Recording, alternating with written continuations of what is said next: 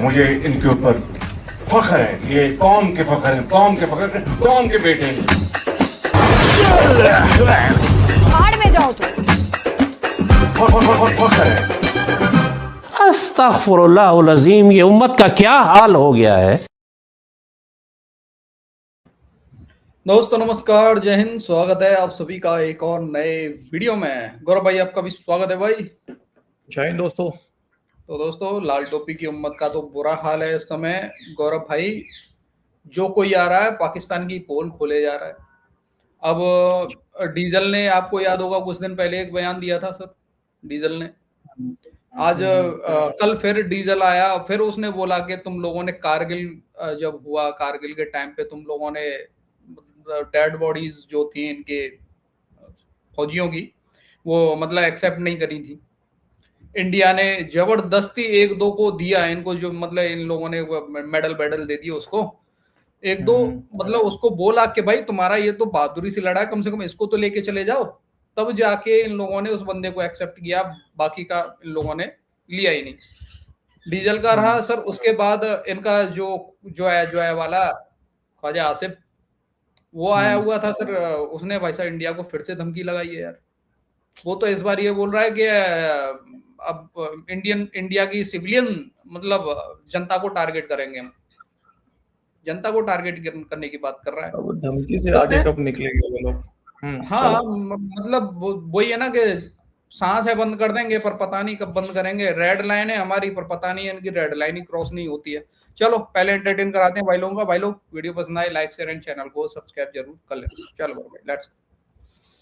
वो जो बहुत सारी नवाजिशात और इनायात हम एक्सपेक्ट कर रहे थे, बिछते चले जाने के इवज, वो भी अब मिलती नजर नहीं आती।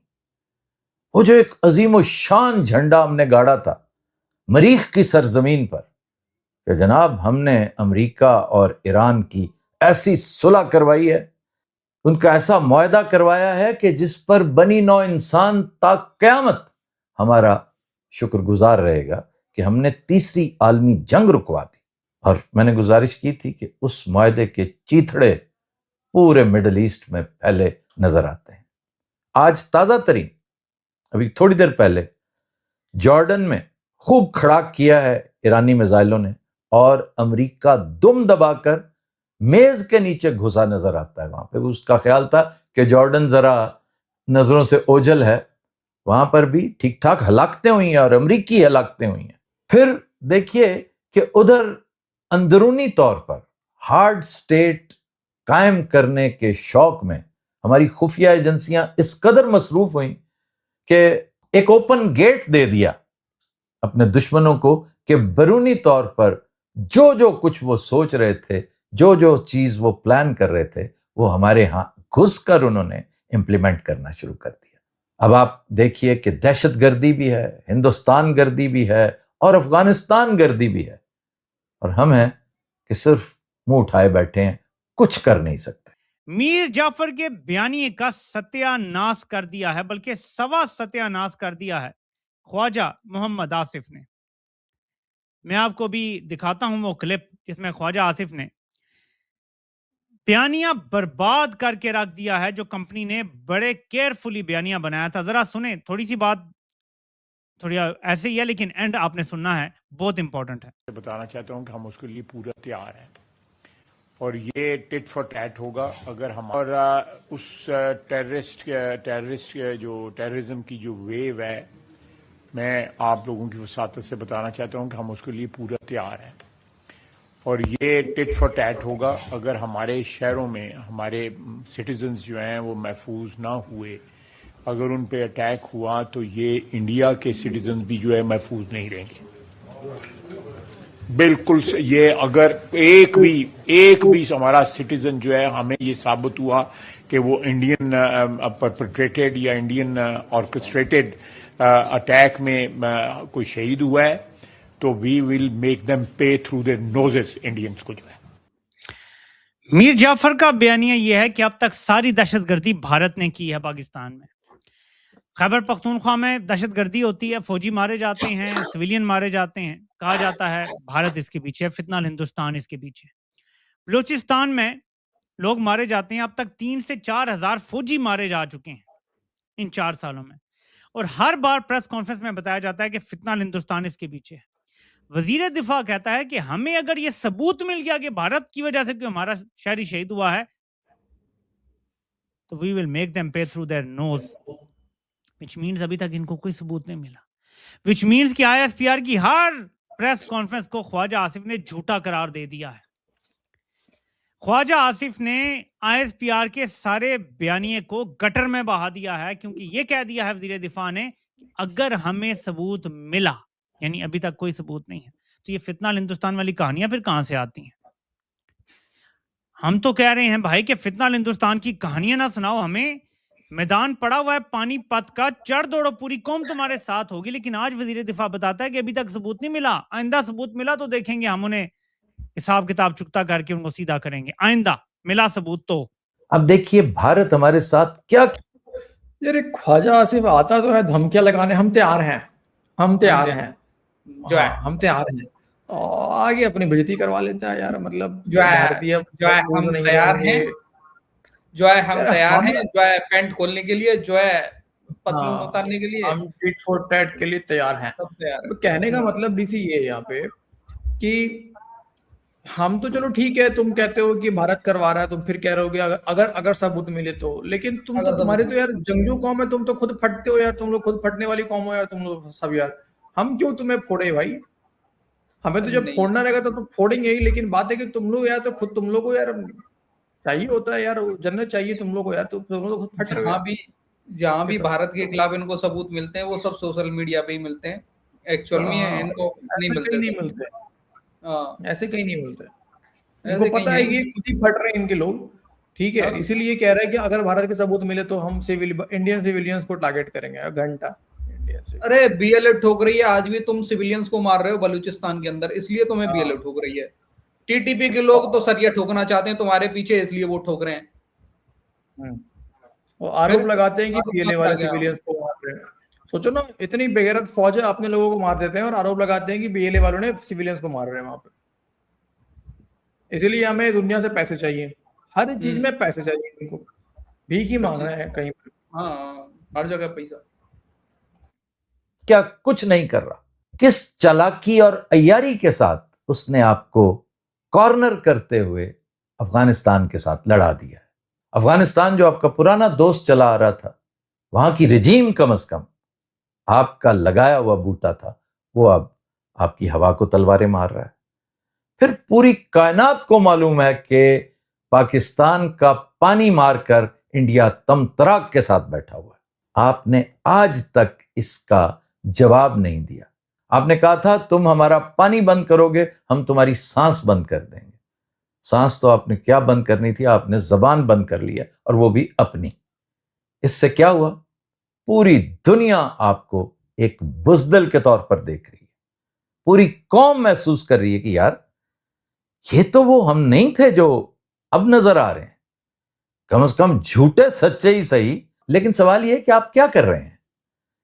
कहीं आप मुबैना तौर पर AI जनरेटेड फुटेज का सहारा ले रहे हैं, कहीं तरानों की बेसाखियां बदस्तूर इस्तेमाल करने की कोशिश कर रहे हैं, मीडिया को उंगलियों पर नचा रहे हैं, पूरी दुनिया को उर्दू में तकरीरें कर करके बता रहे हैं, देखें जनाब हमारे साथ ज्यादती कर रहा है इंडिया।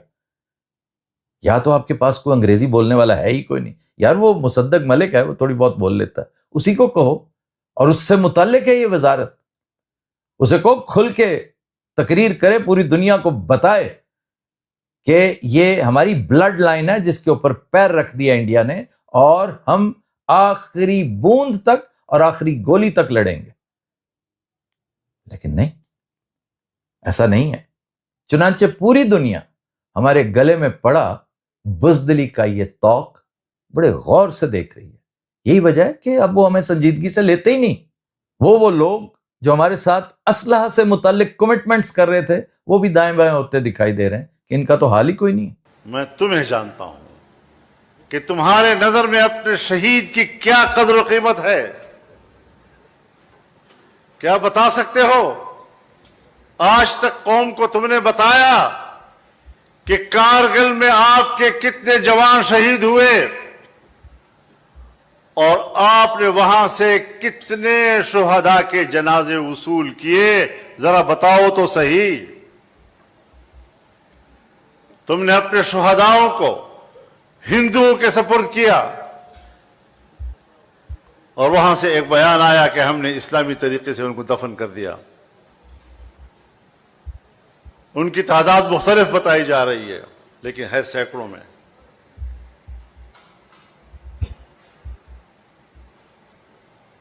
तुम अपने शुहदा के जनाजे वसूल करने के लिए तैयार नहीं हो।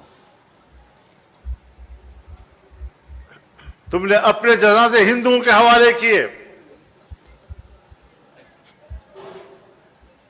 कर्नल शेर खान अगर हमें मिला, हिंदुस्तान के इसरार के बाद हमने उनका जनाजा वसूल किया है। अपने शुहदा की तौहीन, उनकी तजलील, उनकी तहकीर जो तुम लोगों ने की है, आप अब अपने जराइम को छुपाने के लिए शुहदा के ओट में छुपने की कोशिश करते हो। फजल रहमान साहब ने अब डबल डाउन किया है और कहा कि कारगिल में शोहदा को हिंदुओं के हवाले करके आ गए। तुमने उनकी लाशें लेने से इनकार कर दिया, उन्हें हिंदुओं के कब्रिस्तानों में दफन करना पड़ा, और तुम हमें बताते हो कि शहीदों की अज़मत क्या होती है और हुर्मत क्या होती है। उन्होंने कहा कि एक गिरोह जब बंदूक उठाकर अफ़गानिस्तान जा रहा था तो क्या आपने उसका रास्ता रोका? आप अमेरिका के इत्तेहादी बने, अड्डे भी दिए। दूसरी तरफ इसी जंग में यहाँ से एक मुजाहिद भी जा रहा था, मतलब एक तरफ फ़ौज इत्तेहादी था, अड्डे दे रही थी, और दूसरी तरफ अपने ही मुल्क के लोगों को मुजाहिद के तौर पर वहाँ भी भेज रही थी। मीन एक तरफ अमेरिका के साथ थे, एक तरफ तालिबान के साथ थे। ये मौलाना फजल रहमान यहाँ पर कहना चाह रहे हैं। तालिबान के साथ बात करने के लिए मेरे मुल्क के ISI का चीफ वहाँ पर गया। हमें नहीं मालूम कि ISI चीफ ने वहाँ क्या बात की है। मुझे सिखाते हो शहीद किसको कहते हैं। मैं शहीद के मकाम को जानता हूँ। जो वतन के लिए कुर्बानी देता है, इसकी कदर व मंजिलत मैं जानता हूँ। मैं तुम्हें जानता हूँ, तुम्हारे नज़्म में शहीद की क्या कदर है, मतलब तुम्हारे प्रैक्टिस में तुम किस तरह शहीद की कदर करते हो। वो कहते हैं कि मैं जानता हूँ।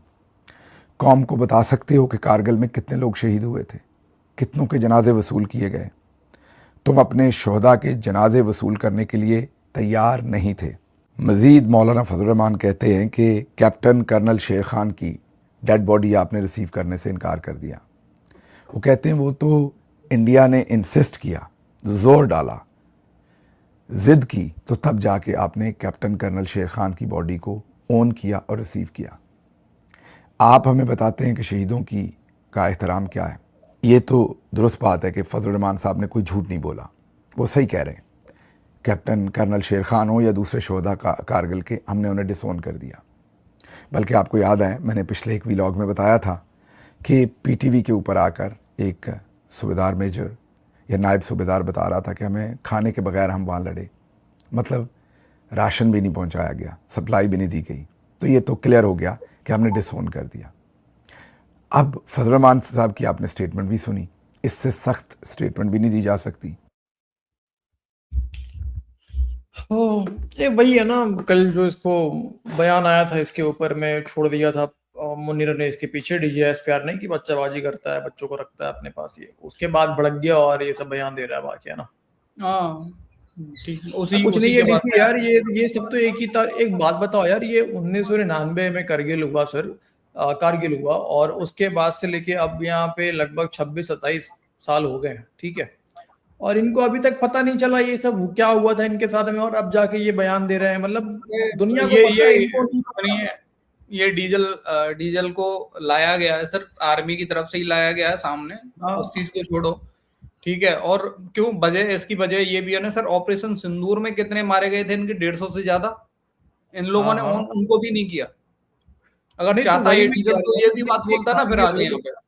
ये कारगिल का पूछ रहा है, और इधर में इसी के जहाँ पे मदरसों में जहाँ पे आतंकवादी ट्रेनिंग चलती है, ये उसके बारे में नहीं बात करेगा। इसको नहीं पता है क्या होता है मदरसे में, और किस तरह से पाकिस्तानी फौज जो है मदरसों के अंदर में ट्रेनिंग दिला रही होती है, बच्चों का माइंडसेट जो है वहां पे उनके अंदर हिंदुओं के खिलाफ जहर घोला जा रहा होता है, ये भी खुद घोल रहा होता है, इसके बातों से पता चल रहा है। उसके बारे में थोड़ी ना बात करेंगे सर, मैं तो ये कह रहा हूँ चल ठीक है उसके बारे में बात मत कर, क्योंकि तुम करोगे नहीं उस चीज के बारे में, तो बात नहीं करेंगे ये लोग, लेकिन उसके बारे में तो बोल सकता है ना। जब तू कारगिल के बारे में बात कर सकता है तो ऑपरेशन सिंदूर के बारे में बात कर कि भाई तुम्हारे जो 150-200 लोग जितने भी फौजी ठोके गए उनकी लिस्ट जारी कर दो, एक बार लिस्ट जारी करो ना। बात है ना, मतलब इनको क्या नहीं पता, देखो कुछ नहीं है, बात क्या है ना डीसी की, ये दोनों मिलके इनके जो जितने भी लीडर्स हैं, सो कॉल्ड लीडर है पाकिस्तानी, ठीक है, और इनके जितने भी मिलिट्री रूलर्स हैं, ये दोनों एक जगह जाके मिल लेते हैं, जब माहौल देखते हैं ज्यादा थोड़ा सा टेढ़ा हो रहा है तो एक जगह जाके हाथ मिला के एक दूसरे के ऊपर अटैक करते हैं, एक दूसरे के ऊपर हमले बोलते हैं, और चूतिया, माफ कीजिएगा, मतलब बेवकूफ बना रहे होते हैं पाकिस्तानी जाहिलों को। ऐसे तो बेवकूफ है ही हैं, इनको जो है बना रहे होते हैं। अब सर इमरान खान की बहन ने ऑफ कैमरा बोला था, अब उसने रिकॉर्ड कर लिया, उसकी गलती नहीं है, ऑफ कैमरा बोला था कि 2 मिनट में मोदी चाहता तो पाकिस्तान को फिक्स कर देता, ये ऑफ कैमरा बोला। अब उसके खिलाफ भाई साहब FIR और जाने क्या क्या हो चुके हैं। हाँ, यहाँ पे ये मौलाना डीजल भाई साहब पेले जा रहा है इनको, इसके खिलाफ लाइसेंस दे रखा है ना, इसके खिलाफ कैसे होगा? तुम मेरे पे अटैक करो, मैं तुम्हारे पे अटैक करूंगा, बदले में देखना कुछ ना कुछ लेन देन चल जाएगा, मामला सेट हो जाएगा।